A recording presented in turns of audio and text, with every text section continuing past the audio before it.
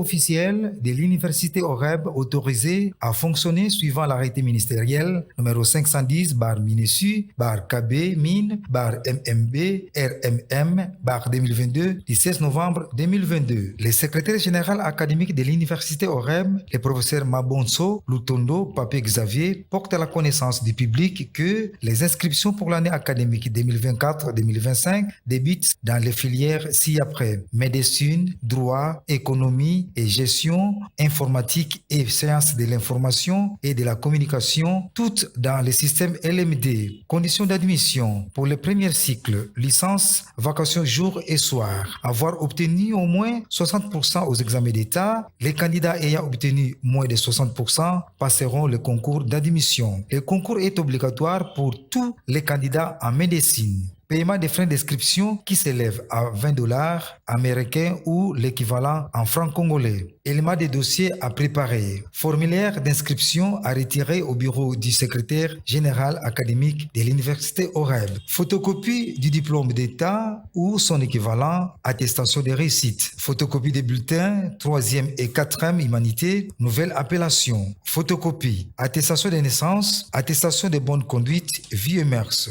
Attestation médicale, certificat d'aptitude physique à faire à la clinique OREB, à l'université OREB. Le candidat doit payer $5 américains ou son équivalent en francs congolais. 4 photos passeport. Pour le deuxième cycle, master, vacations soir, frais d'inscription, $25 ou son équivalent en francs congolais. Éléments du dossier, diplôme de licence et les originaux des relevés de cotes. Première licence, deuxième licence et troisième licence. Notez bien, les candidats admis au concours doivent payer $5 ou son équivalent en francs congolais. Et le calendrier du concours sera fixé ultérieurement. En outre, un dispositif d'inscription en ligne est prévu dans notre site www.groupe-oreb.com/ajouter études HTML. Fea Matadi, le 23 juillet 2024. Le secrétaire général académique Mabonso Lutondo Pape Xavier, professeur associé.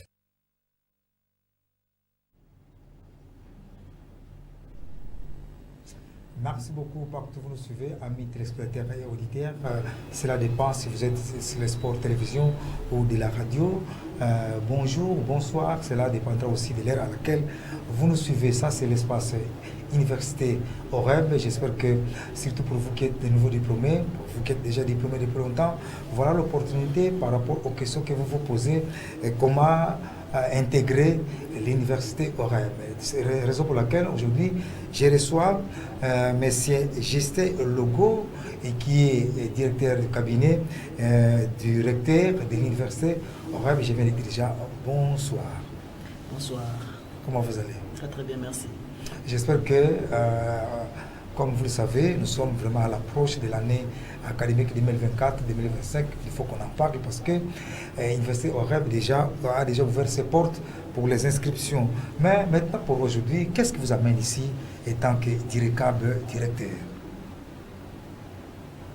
Merci pour la question.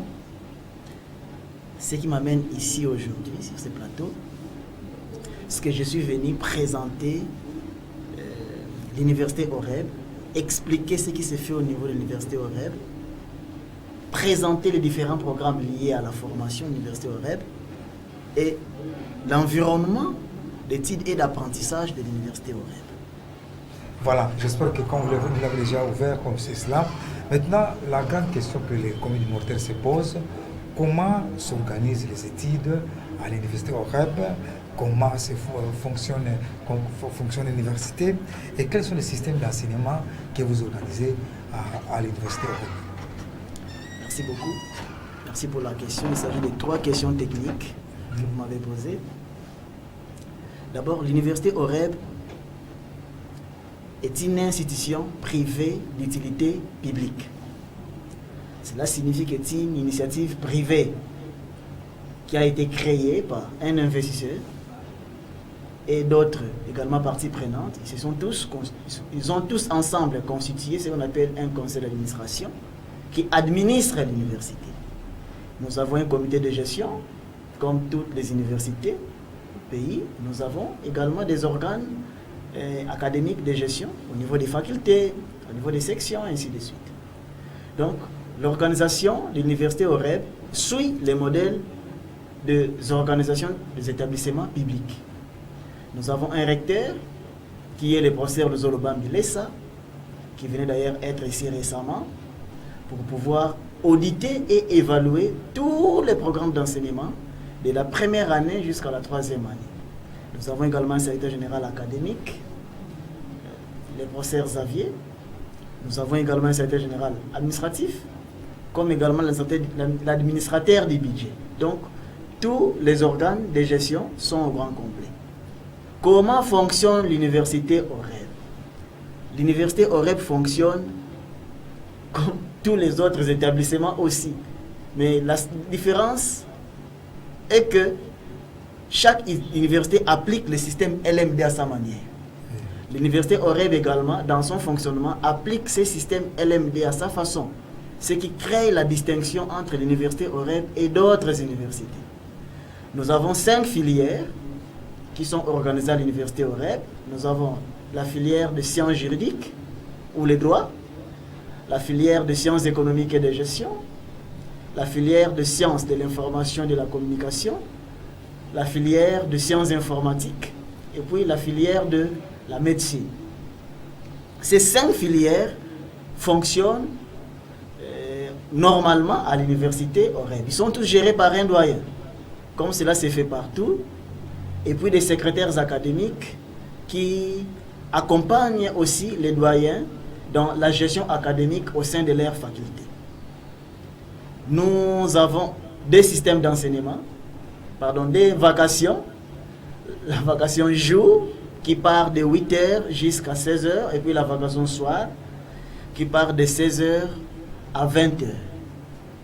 Donc, c'est l'essentiel qu'on peut facilement comprendre sur le fonctionnement du système, le fonctionnement de l'université OREB. Merci beaucoup.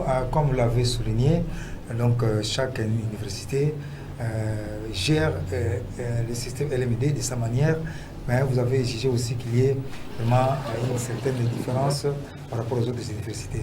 Maintenant, pour en parler un peu, quels sont les outils d'appui peut-être qui pouvaient attirer l'attention de ceux qui sont diplômés pour cette année? Voilà, les outils d'appui à la pédagogie, à la formation.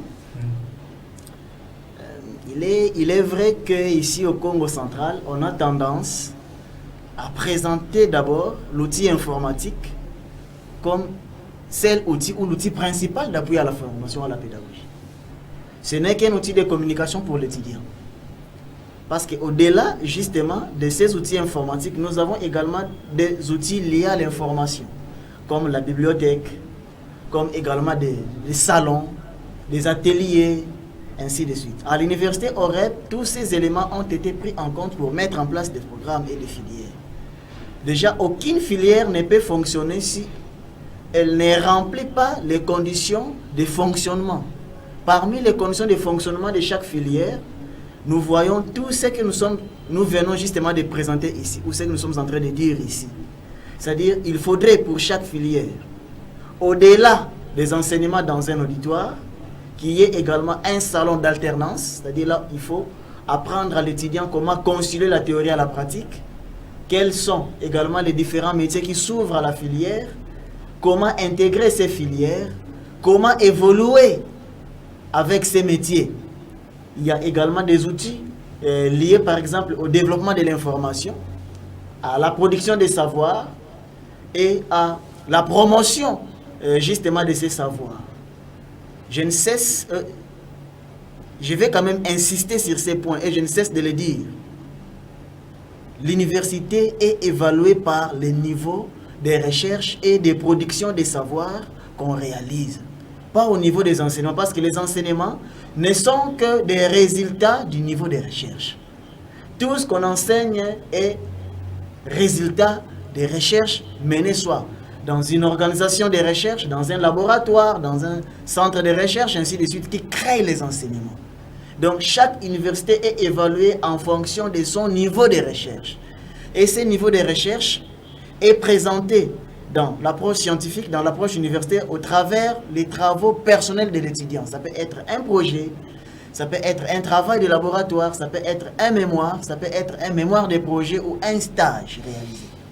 Ce sont l'ensemble de ces acquis que l'étudiant est appelé à développer, l'étudiant est appelé à justifier au travers ses compétences acquises au sein d'un établissement universitaire que l'université a un meilleur niveau de formation et ça permet également à ce que l'université soit classée parmi les meilleures institutions qui offrent une formation de qualité. Merci beaucoup, M. Justin Logo. J'espère que nous avançons petit à petit, mais j'espère que ça, c'est le premier numéro. Nous allons étaler d'autres spécificités par rapport à notre progression pour les autres émissions. Maintenant, M. Justin Logo, vous venez déjà de totaliser 3 ans d'enseignement pour les licences. Est-ce que songez-vous quand même faire aussi l'enseignement par rapport au master? Oui, bien sûr. Bien sûr. Parce que dans le système LMD, il y a architecture de 3 grades. Il y a la licence, le mastering et les doctorats. L'université OREB est habilitée à organiser la licence, à organiser les masters, mais nous attendons notre habilitation par rapport au doctorat. Ce qui signifie, avant justement cette habilitation, déjà nous collaborons avec des universités nationales sœurs, comme l'ICC, comme l'IPC, comme l'Université panafricaine, qui ont déjà l'habilitation pour organiser les doctorats, qui sont prêts à recevoir nos étudiants une fois arrivés en doctorat et s'ils vont également exprimer les vœux, justement d'arriver jusqu'en doctorat. Donc l'université OREB cette année va organiser le cycle de master. C'est un grade suivant l'architecture du système LMD, c'est-à-dire les grades de licence, les grades de master, les grades de doctorat. Nous avons organisé pendant 3 ans les grades de licence, c'est-à-dire de 2001 jusqu'en 2024. Ces 3 années qui sanctionnent les grades de licence. Déjà dans quelques semaines ici, nous allons produire nos étudiants, nous allons produire nos produits scientifiques au travers nos étudiants qui vont commencer déjà à défendre leurs travaux de fin de cycle. Et l'université va organiser sa première collation, ce qui sanctionne justement le cycle de licence ou les grades de licence. Donc l'année prochaine, 2024-2025, nous allons assister à l'ouverture justement du 2e grade du système LMD que les masters. Merci. J'espère qu'avant que nous puissions entamer comment vous allez organiser, parce que bientôt vous allez entamer le master, on voulait un peu comprendre un peu par rapport à d'autres suggestions. Maintenant, quelles sont les conditions pour que, peut-être là, d'autres nous suivent déjà de loin, pour que quelqu'un puisse être admis pour faire le master, hormis votre propre produit? Voilà. Toutes les conditions nous ont déjà été dictées par l'autorité de tutelle pour intégrer les mastering. Pour ceux-là qui ont étudié dans le système PADEM, c'est-à-dire le système classique de la moitié du Congo, graduat à licence, vous devrez avoir un diplôme de licence de l'ancien système pour être arrimé, c'est-à-dire intégré au système LMD en mastering, en première année de master. Vous devrez également, pour ceux-là par exemple, qui sont arrivés en licence, en 2e année de licence, mais qui n'ont pas pu terminer ce qu'on appelle le cycle de licence, ils seront intégrés en licence en complémentaire pour être récupérés en master. La licence en complémentaire, ce n'est pas la 3e licence. La licence en complémentaire, c'est une formation spéciale qui va au-delà de la 3e année de licence. C'est-à-dire pour permettre à l'étudiant, à l'apprenant, de capitaliser les crédits supplémentaires au travers différents cours de recherche, par exemple, histoire de remonter, de réhabiliter les niveaux intellectuels ou les niveaux de recherche de l'étudiant par des séminaires de recherche scientifique, les séminaires liés à la méthodologie des recherches scientifiques, les séminaires liés à la production des projets, ainsi de suite. C'est ce qu'on appelle la licence en complémentaire, ce qui va permettre à l'étudiant d'acquérir des crédits complémentaires sur les enseignements liés à la recherche et à la production des savoirs. Merci, comme vous venez déjà d'ouvrir cette brèche. Maintenant, parlons un peu comment vous allez organiser, comment serait maintenant l'organisation, pour ne pas parler aussi du fonctionnement du master. Voilà, merci pour cette question-là, c'est une question technique. L'organisation et le fonctionnement d'un cycle ou, je ne sais pas, d'un grade universitaire va de pair. Parce que c'est l'organisation qui crée le fonctionnement et le fonctionnement crée la qualité, justement, de la formation. Tout ça va de pair.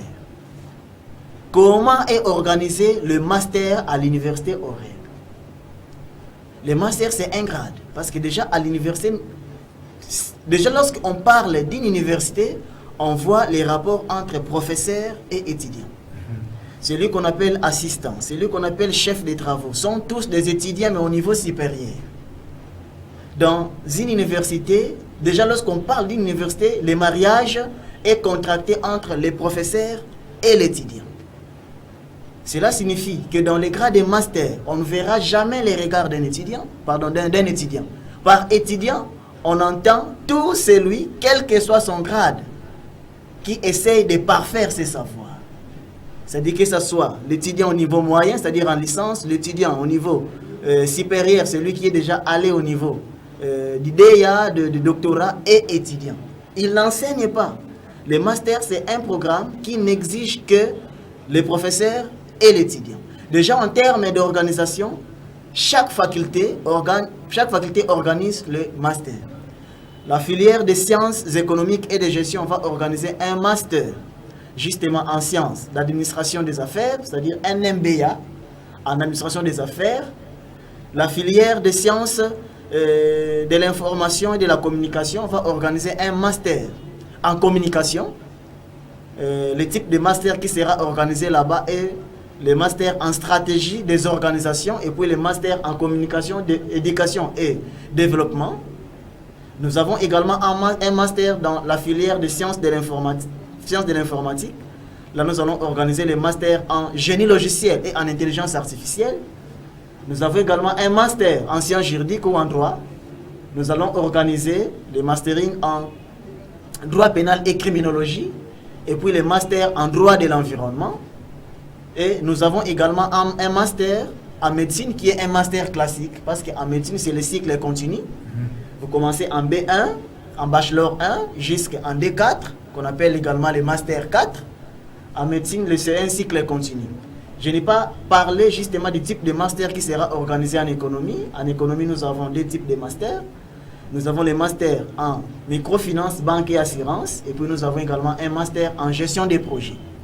Donc, ce sont les différentes filières qui vont fonctionner en master et les différents types de masters classiques qui sont offerts par l'université OREB. Maintenant, comment fonctionnent justement ces masters?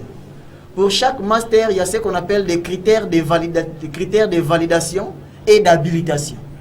Ces critères sont ce qu'on appelle des organes d'appui à la formation. Le master exige premièrement un niveau élevé de mobilité, tant au niveau de l'enseignant qu'au niveau de l'étudiant. La mobilité signifie l'enseignant est reconnu aussi par d'autres universités. L'enseignant poursuit également des programmes d'apprentissage et participe à des séminaires de formation dans d'autres universités. Ce qui crée ce qu'on appelle les critères d'habilitation déjà de l'enseignant.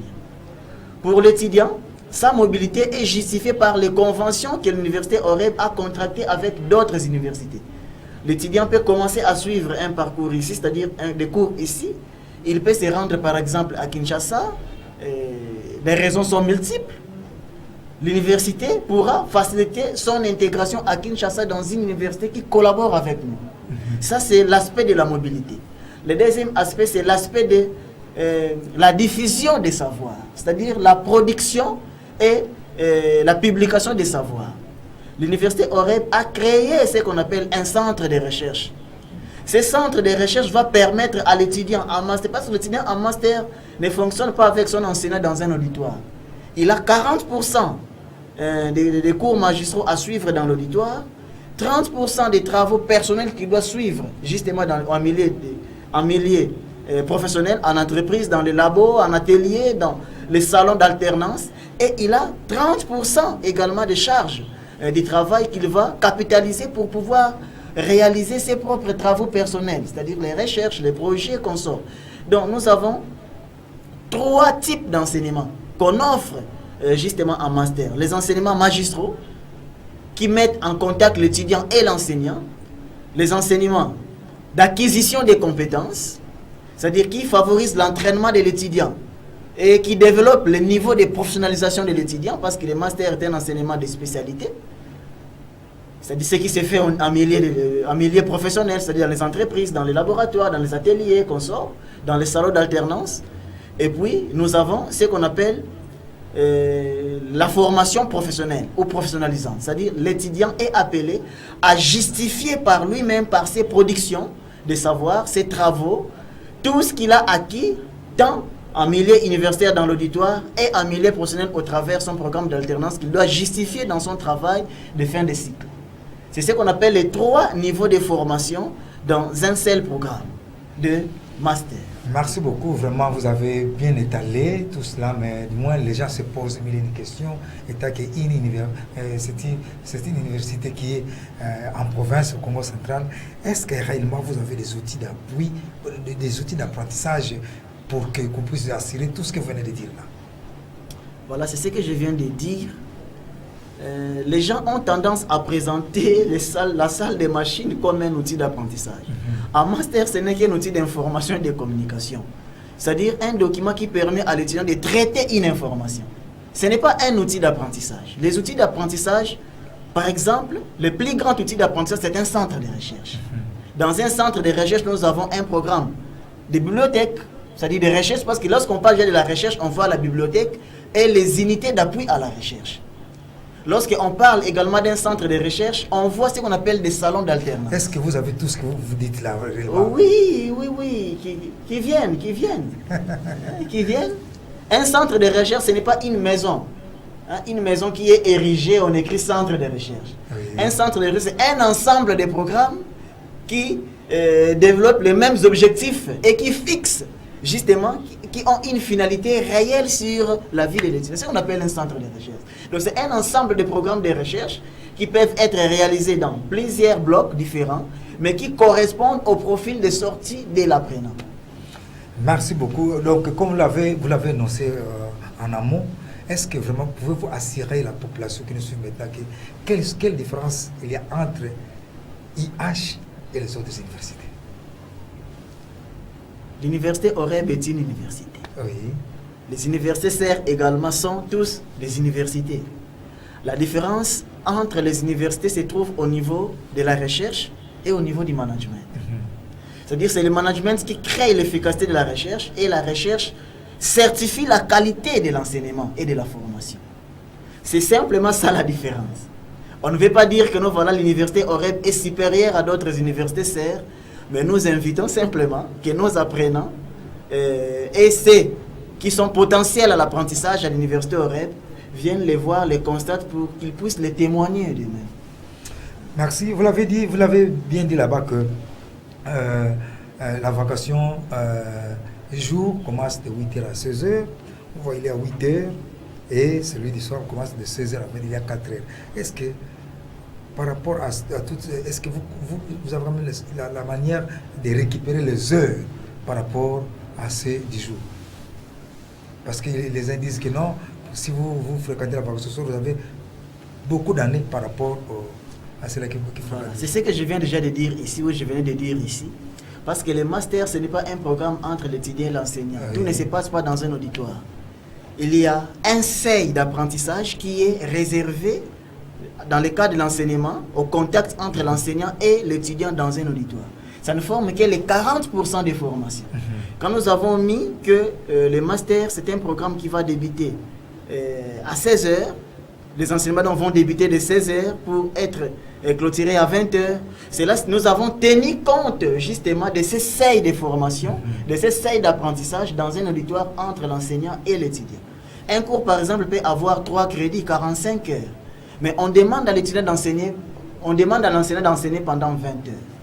Il ne peut pas être dans un auditoire avec les enseignants pendant ces 45 heures. C'est-à-dire, il n'a que 20 heures pour présenter les thématiques de l'enseignement, pour présenter les grandes lignes du cours. C'est à l'étudiant de reproduire les 75% du cours. Ce n'est pas à l'enseignant comme dans l'ancien système, l'enseignant qui se met là, il commence à vous dicter les cours, il commence à vous dire, même ce que les étudiants ne comprennent pas, ils écrivent. Parce que dans ce système, les étudiants généralement écrivent ce qu'ils ne comprennent pas. Et maintenant, lorsqu'il faudrait reproduire ces savoirs, ces compétences, ils sont bloqués. Parce qu'ils sont appelés à reproduire des choses déjà qu'eux-mêmes ne comprennent pas.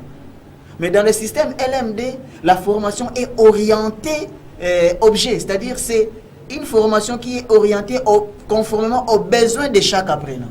Et l'apprenant restitue ce qu'il apprend conformément à sa réalité, à ses attentes, à son projet. Parce qu'on ne peut pas intégrer les masters sans un projet. Donc le master est intégré avec un projet qui doit être validé par une commission pédagogique.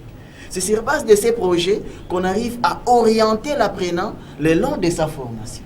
Donc pour dire que même ceux-là qui font la vacation ce soir, qu'il n'y ait pas d'inquiétude, pour croire peut-être avec l'ancien système, donc peut-être pour ceux-là qui travaillent, qui se disent que non, maintenant moi j'ai l'ambition d'accéder à la vacation ce soir. Est-ce que réellement, donc j'espère qu'ils ont maintenant bien compris. Je ne sais pas s'il y a aussi d'autres zones d'ombre que je n'ai pas pu épingler, que vous pouvez un peu éclairer l'opinion par rapport à ces premiers niveaux. Voilà, donc ce que je pourrais également dire à la communauté de Matadi, premièrement, et à la communauté d'autres villes également, qui sont tout autour de la ville de Matadi.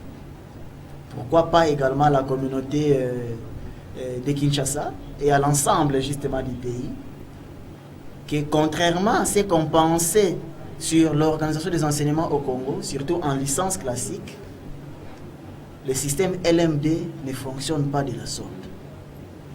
Le master dans un système LMD, c'est un programme de spécialité et de professionnalisation. La professionnalisation ne signifie pas envoyer un étudiant en milieu professionnel en stage. Non. La professionnalisation commence déjà dans la salle des cours. C'est-à-dire l'enseignant, lorsqu'il entre dans la salle, il explique à l'apprenant, voici les objectifs de mon enseignement, voici la finalité de ces cours. C'est la finalité du cours qui deviendra pour l'étudiant ce qu'on appelle un objectif d'apprentissage. L'enseignant a des objectifs d'enseignement que l'étudiant est appelé à comprendre. Mais l'étudiant doit acquérir et valider ce qu'on appelle la finalité du cours. C'est-à-dire cette finalité forme ce qu'on appelle des compétences que l'étudiant est appelé à exprimer, à expérimenter au travers ses travaux personnels, au travers ses travaux en apprentissage. Donc, ce système d'enseignement fait de l'étudiant un acteur à sa propre formation. Pas un spectateur qui vient subir les enseignements dans une salle de classe, les enseignements dans un auditoire, mais il est considéré comme un partenaire. Un partenaire, ce n'est pas une personne qui subit la pression, mais une personne qui participe à l'organisation de quelque chose. Et ensemble, entre étudiants et enseignants, ils vont atteindre un but. C'est ça la formation en master. L'étudiant n'est même pas appelé à rester dans un auditoire pendant 4 heures. 2 heures suffisent en master pour qu'un apprenant apprenne. 2 heures suffisent. Pourvu que l'enseignant soit aussi ce qu'on appelle un bon pédagogue pour présenter l'économie de sa matière et justifier également ce qu'on appelle les grandes lignes de son cours pour que l'étudiant comprenne ce qu'il doit faire, ce qu'il doit reproduire après les enseignements tels qu'ils seront présentés par l'enseignant. C'est ça le master. Merci beaucoup. J'espère que nous allons petit à petit vers la fin de ce premier numéro. Nous allons un peu parler en résumé de tout ce que nous venons de dire ici. J'espère qu'ils ont déjà compris par rapport aux filières organisées à l'université OREB. Maintenant, par rapport à... Parce que bientôt, vous avez dit que vous allez passer maintenant à la collation des premiers grades académiques pour la licence. Maintenant, pour ceux-là qui veulent maintenant intégrer, en commençant par la licence, quel message vous pouvez adresser à ces nouveaux étudiants qui veulent intégrer l'université en première année de licence? J'invite aux parents, j'invite aux nouveaux diplômés d'État, bien entendu. J'invite également aux diplômés qui ont justement pu décrocher leur diplôme il y a longtemps, mais qui n'ont pas encore eu la possibilité d'intégrer une formation universitaire, que l'université OREB vous ouvre ses portes et est là pour répondre aux attentes et aux besoins que vous exprimez sur le marché des formations. C'est-à-dire, l'université OREB, c'est un acteur qui offre ce qu'on appelle sur le marché d'enseignement des offres de formation auxquelles les étudiants sont appelés à répondre pour pouvoir être intégrés. C'est-à-dire, au travers les 5 filières que nous organisons, au travers les 5 programmes que nous proposons, nous invitons les finalistes qui traînent encore à la maison de venir d'abord voir ce qui se fait au niveau de l'OREB, de venir d'abord voir ce qui s'offre au niveau de l'OREB, de venir constater par eux-mêmes l'organisation de tout cela au niveau de... Parce qu'on n'est pas dans une église où on invite les croyants, non, venez croire. Nous invitons ces partenaires de venir premièrement voir comment est organisé le système d'enseignement, comment les choses se font au niveau de l'université OREB. Certainement, ils vont se prononcer. Je suis certain qu'ils vont se prononcer, parce que ce qui se fait à l'OREB, ça ne se fait pas ailleurs. Donc, je tiens à vous signaler seulement pour un peu de rappel que l'université OREB est autorisée à fonctionner par l'arrêté ministériel numéro 510-MNB-MNB-RMM-2022 du 16 novembre 2022. Pour vous dire que l'université OREB est reconnue comme toute autre université en République démocratique du Congo. Je vais d'ailleurs ajouter un point. Oui. Au-delà de cette autorisation de fonctionnement, l'université OREB est admise à l'agrément. Parce que l'autorisation de fonctionnement ne permet qu'à un établissement de commencer. Parce qu'on peut les retirer. Lorsque vous n'organisez pas au mieux ce qu'on appelle les enseignements, on peut vous retirer cette autorisation. La durée, justement, de vie d'une autorisation de fonctionnement est de 3 ans. Lorsque vous n'arrivez pas à répondre aux besoins de formation, l'autorité de tutelle vous les retire. Mais puisque à l'université OREB, nous avons essayé de répondre aux critères d'organisation de fonctionnement des établissements, l'autorité de tutelle nous a offert ce qu'on appelle l'admission à l'agrément. Donc, l'étudiant qui suit sa formation à l'université OREB, à la fin, justement, d'un grade, l'université OREB va lui brandir un diplôme. Pas une attestation qui ne s'offre plus aujourd'hui. Un diplôme. Donc, les étudiants, lorsqu'ils vont défendre leur mémoire, tout ce qui sont leurs TFC, l'université OREB a la responsabilité d'offrir à ces étudiants les diplômes qui sanctionnent la fin d'un cursus, la fin d'un cycle. Donc, l'université OREB est aujourd'hui admise à l'agrément. L'autorisation de fonctionnement ne se parle plus aujourd'hui. C'est l'admission maintenant à l'agrément. Merci beaucoup. Vraiment, nous sommes arrivés pour aujourd'hui à la fin de cet espace Université OREB. Je ne sais pas si vous avez un dernier mot pour clôturer, parce que nous aurons d'autres numéros qui vont être vraiment, qui va permettre à nos nombreux téléspectateurs, pourquoi pas à nos nombreux auditeurs, de comprendre réellement ce qu'est l'Université OREB. Oui, merci. D'abord, je tiens à remercier toutes les parties prenantes du groupe OREB qui ont fait en sorte que je puisse passer ces messages, notamment les responsables de HTV, parce qu'il s'agit d'une organisation partenaire. Tous nous évoluons dans le même groupe, mais il s'agit d'une organisation partenaire. Et les autorités nous ont permis d'être ici et passer ces messages. Je vous remercie aussi de m'avoir ici sur votre plateau. Et puis, j'invite simplement les étudiants. J'invite les étudiants, les potentiels étudiants, ceux-là qui veulent s'inscrire en licence, ceux-là qui veulent s'inscrire en mastering, et ceux-là qui veulent également s'inscrire en licence spéciale, c'est-à-dire en 2e année, qu'ils viennent. L'université a ouvert grandement ses portes.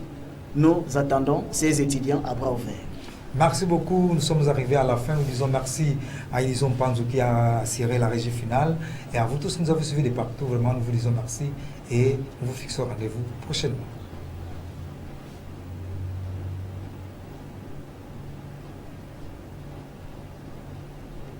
Communiqué officiel de l'Université OREB autorisé à fonctionner suivant l'arrêté ministériel numéro 510-MINESU-KB-MIN-MMB RMM 2022 du 16 novembre 2022. Le secrétaire général académique de l'Université OREB, le professeur Mabonso Lutondo Pape Xavier, porte à la connaissance du public que les inscriptions pour l'année académique 2024-2025 débutent dans les filières ci-après: médecine, droit, économie et gestion, informatique et sciences de l'information et de la communication, toutes dans le système LMD. Conditions d'admission pour le premier cycle: licence, vacations jour et soir. Avoir obtenu au moins 60% aux examens d'État. Les candidats ayant obtenu moins de 60% passeront le concours d'admission. Le concours est obligatoire pour tous les candidats en médecine. Paiement des frais d'inscription qui s'élève à $20 américains ou l'équivalent en francs congolais. Éléments des dossiers à préparer. Formulaire d'inscription à retirer au bureau du secrétaire général académique de l'Université OREB. Photocopie du diplôme d'État ou son équivalent, attestation de réussite. Photocopie des bulletins, 3e et 4e humanité, nouvelle appellation. Photocopie. Attestation de naissance, attestation de bonne conduite, vie et mœurs. Attestation médicale, certificat d'aptitude physique à faire à la clinique OREB, à l'université OREB. Le candidat doit payer $5 américains ou son équivalent en francs congolais. 4 photos passeport. Pour le deuxième cycle, master, vacations soir, frais d'inscription, $25 ou son équivalent en francs congolais. Éléments du dossier, diplôme de licence et les originaux des relevés des cotes. Première licence, deuxième licence et troisième licence. Notez bien, les candidats admis au concours doivent payer $5 ou son équivalent en francs congolais. Et le calendrier du concours sera fixé ultérieurement. En outre, un dispositif d'inscription en ligne est prévu dans notre site www.groupe-oreb.com/ajouter études HTML. Fait à Matadi le 23 juillet 2024. Le secrétaire général académique Mabonso Lutondo Pape Xavier, professeur associé.